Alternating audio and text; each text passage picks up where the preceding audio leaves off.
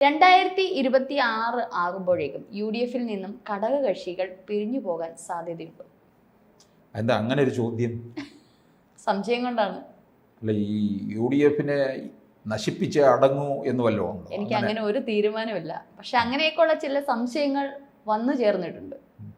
അല്ല, സാധാരണ ഗതിയിൽ കേരളത്തിൽ ഭരണം എപ്പോഴും വരുന്നത് LDF ആണ് ഇപ്പോൾ ഭരിക്കുന്നതെങ്കിൽ അടുത്ത തവണ UDF, പിന്നീട് LDF, ഇങ്ങനെ മാറി വരികയാണ്.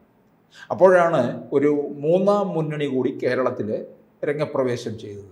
ശക്തമായിക്കൊണ്ടിരിക്കുന്നു. ദേശീയ തലത്തിൽ 2014 മുതൽ തന്നെ അതിശക്തമായിട്ട് തുടരുകയാണ്. നരേന്ദ്രമോദി മൂന്നാം വട്ടവും അധികാരത്തിൽ വന്നു കഴിഞ്ഞു.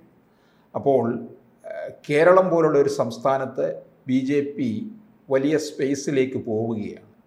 അപ്പോൾ ഇതിൻ്റെ ക്ഷീണം സ്വാഭാവികമായിട്ടും കേരളത്തിലെ രണ്ട് പ്രധാനപ്പെട്ട മുന്നണികൾക്കും ഉണ്ടാകും. LDF-നും ഉണ്ടാകും, UDF-നും ഉണ്ടാകും.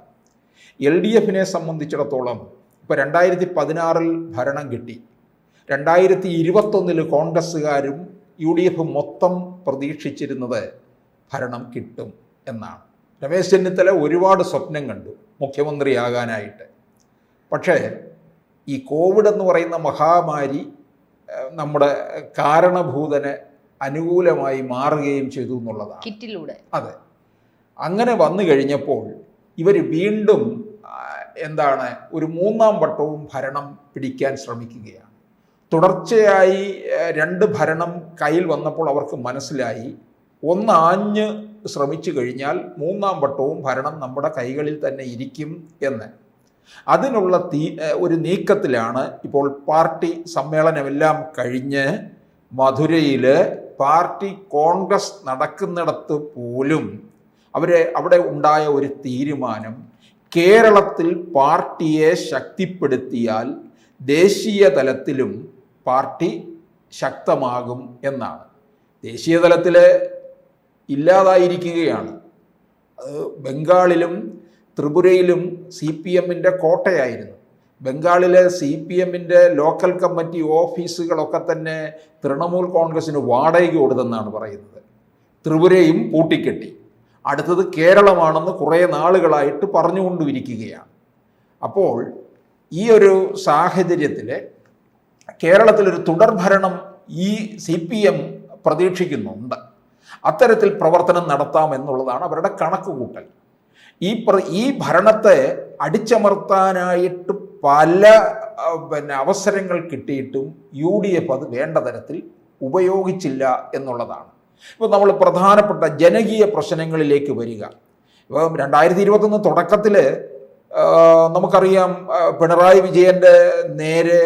വിജയൻ്റെ കുടുംബത്തിന് നേരെ, പാർട്ടിയുടെ നേരെ ഒക്കെ നിരവധി ആരോപണങ്ങൾ കൊണ്ടുവരികയും പാർട്ടിയെ ഒക്കെ മുൾമുനയിൽ നിർത്തുകയും ചെയ്തു. സ്വർണ്ണക്കടത്തും അങ്ങനെ നിരവധി കേസുകൾ നമ്മൾ കേട്ടതാ.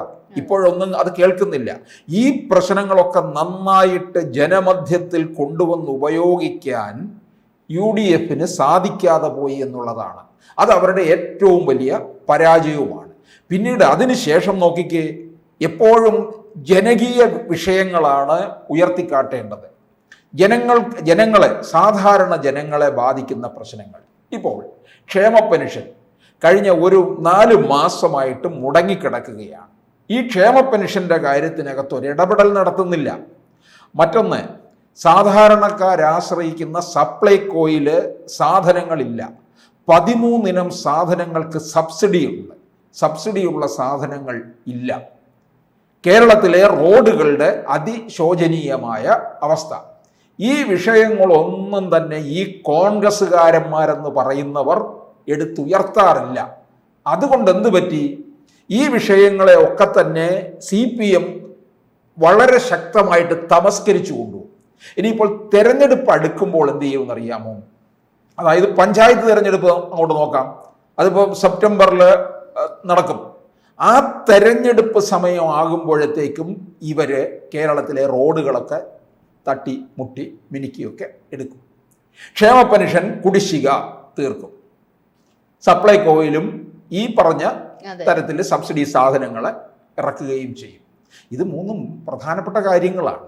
ഇത് കഴിഞ്ഞ തെരഞ്ഞെടുപ്പുകൾ ഇപ്രകാരമായിരുന്നു. അവർ ആ ഒരു തെരഞ്ഞെടുപ്പ് അടുക്കുമ്പോഴേക്കും പ്രശ്നങ്ങൾ ഒരു താൽക്കാലികമായിട്ട് പരിഹരിക്കുന്നു എന്നുള്ളതാണ്. പക്ഷെ ഇത് അവർക്ക് തന്നെ വീണ്ടും ജനപിന്തുണ വന്നുകൊണ്ടിരിക്കും. പക്ഷെ UDF സാർ പറഞ്ഞതുപോലെ അവർ ആദ്യം വലിയ പ്രതിഷേധവും പ്രക്ഷോഭവും ഒക്കെ ആയിട്ട് വരും, പിന്നെ അങ്ങ് തണുക്കുകയാണ് ചെയ്യുന്നത്. പല പ്രതിഷേധങ്ങളും ചിലതൊക്കെ തണുപ്പൻ രീതിയിലോട്ട് പോകുന്നു. അവരെ പ്രതിഷേധിച്ച് അല്ലെങ്കിൽ മുന്നേറാൻ LDFനെ അതിൻ്റെതായ രീതി, അതേസമയം തിരിച്ചാവട്ടെ UDFന്റെ ഭരണകാലത്ത് LDF നിരവധി പ്രതിഷേധങ്ങൾ നടത്തിയിട്ടുണ്ട് ഇവർക്കെതിരെ. പക്ഷെ അതെല്ലാം സക്സസ് ആയിട്ടുമുണ്ട്. പക്ഷെ ഇത്തരത്തിൽ UDF പ്രതിപക്ഷത്തേക്ക് വരുമ്പോൾ തണുപ്പൻ പ്രതികരണങ്ങളാണ് പലപ്പോഴും കാണുന്നത്. അവർക്ക് ഈ ശീതീകരിച്ച നിയമസഭയ്ക്കകത്ത് നിന്ന് കുരയ്ക്കാൻ മാത്രമേ അറിയത്തുള്ളൂ. പുറത്തിറങ്ങി വെയിൽ കൊള്ളാനോ അത് ജനങ്ങളെ പങ്കെടുപ്പിച്ചുകൊണ്ടും ഇവർക്കെതിരെ ശക്തമായി മുമ്പോട്ട് നീങ്ങാനോ ഒന്നും അവർക്കറിയത്തില്ല. ഇവന്മാർ കോൺഗ്രസ്സുകാരന്മാരെന്ന് പറയുന്നത് എല്ലാം സുഖിമാന്മാരല്ലേ, ദേഹമനങ്ങത്തില്ലെന്നേ. ഒരു മുദ്രാവാക്യം വിളിക്കാൻ പോലും കൈ ഉയർത്താൻ കഴിയാത്ത അലസന്മാരെ കൊണ്ടുള്ള ഒരു പാർട്ടിയാണ് കോൺഗ്രസ്. ആശാ വർക്കേഴ്സിന്റെ സമരം തന്നെ ആദ്യം അവര് എതിരായിട്ട് ഇപ്പൊ INTUC ഇവർക്ക് സപ്പോർട്ടിംഗ് ആയിട്ട് ഇപ്പം വന്നിട്ടുണ്ട്. ഇതുവരെ അവർ എവിടെ പോയിരുന്നു? ആശാ വർക്കേഴ്സിന്റെ സമരം ജനകീയ സമരം തന്നെയാണ്. അതിന് അവർക്ക് ജനപിന്തുണ നൽകണം, അല്ലെങ്കിൽ പ്രതിപക്ഷം ഒരു പിന്തുണ നൽകിയിരുന്നു എങ്കിൽ അതൊരു വലിയ പങ്കാളിത്തമായേനെ. അവർക്കതൊരു വലിയ നേട്ടം. മുനമ്പം വിഷയം വഖഫ് പ്രശ്നം വന്നപ്പോഴേ ഒരു ഇരട്ടത്താപ്പല്ലേ UDF എടുത്തത്. ഈ ഭരണത്തെ പോലും പിടിച്ചുലയ്ക്കാവുന്ന ഒരു സമരമാണ് ആശാ വർക്കർമാരുടെ സമരം. അതുപോലും നേരാമണ്ണം എടുത്ത് അതിന് നേതൃത്വം കൊടുത്ത് ചെയ്യാൻ ഇവർക്ക് കഴിയുന്നില്ല. അപ്പോൾ UDFന്റെ ഒരു പ്രസക്തി ഇല്ലാതായിക്കൊണ്ടിരിക്കുന്ന അവസരത്തിൽ ഇതിലെ ചെറു ഘടകകക്ഷികളുണ്ട്. ഈ ചെറു പൂരങ്ങൾ ഒന്നിക്കുമ്പോഴാണല്ലോ വലിയ പൂരമായിട്ട് മാറുന്നതെന്ന് പറഞ്ഞതുപോലെ ചെറു ഘടകകക്ഷികളുണ്ട്. അവർക്കൊക്കെ എപ്പോഴും ഇങ്ങനെ ഒരു അധികാരത്തിൻ്റെ ഒരു നിഴലിൽ ഇങ്ങനെ തണലിൽ അങ്ങനെ ചുറ്റിപ്പറ്റി നിൽക്കണം. അതുകൊണ്ട് എന്ത് ചെയ്യും, ഇനി ഇത് മൂന്നാം വട്ടവും അധികാരമില്ലാതിരിക്കുമ്പോൾ ഘടകകക്ഷികളൊക്കെ പതുക്കെ ചുവട് മാറ്റാൻ തുടങ്ങും എന്നുള്ളതാണ്. ഇപ്പോൾ നമ്മൾ ഏറെക്കാലമായിട്ട് പറയുന്നതാണ് ലീഗ് ഒരു പരിശ്രമം കൂടെ നടത്തി നോക്കും.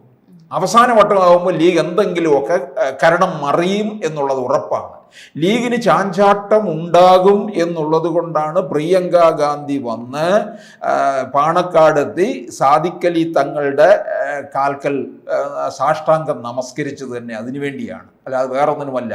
ലീഗിൻ്റെ ചാഞ്ചാട്ടം ഉണ്ടായിക്കഴിഞ്ഞാൽ കേരളത്തിൽ കോൺഗ്രസ് അടിപതറും എന്നുള്ളത് ഉറപ്പായ കാര്യമാണ്.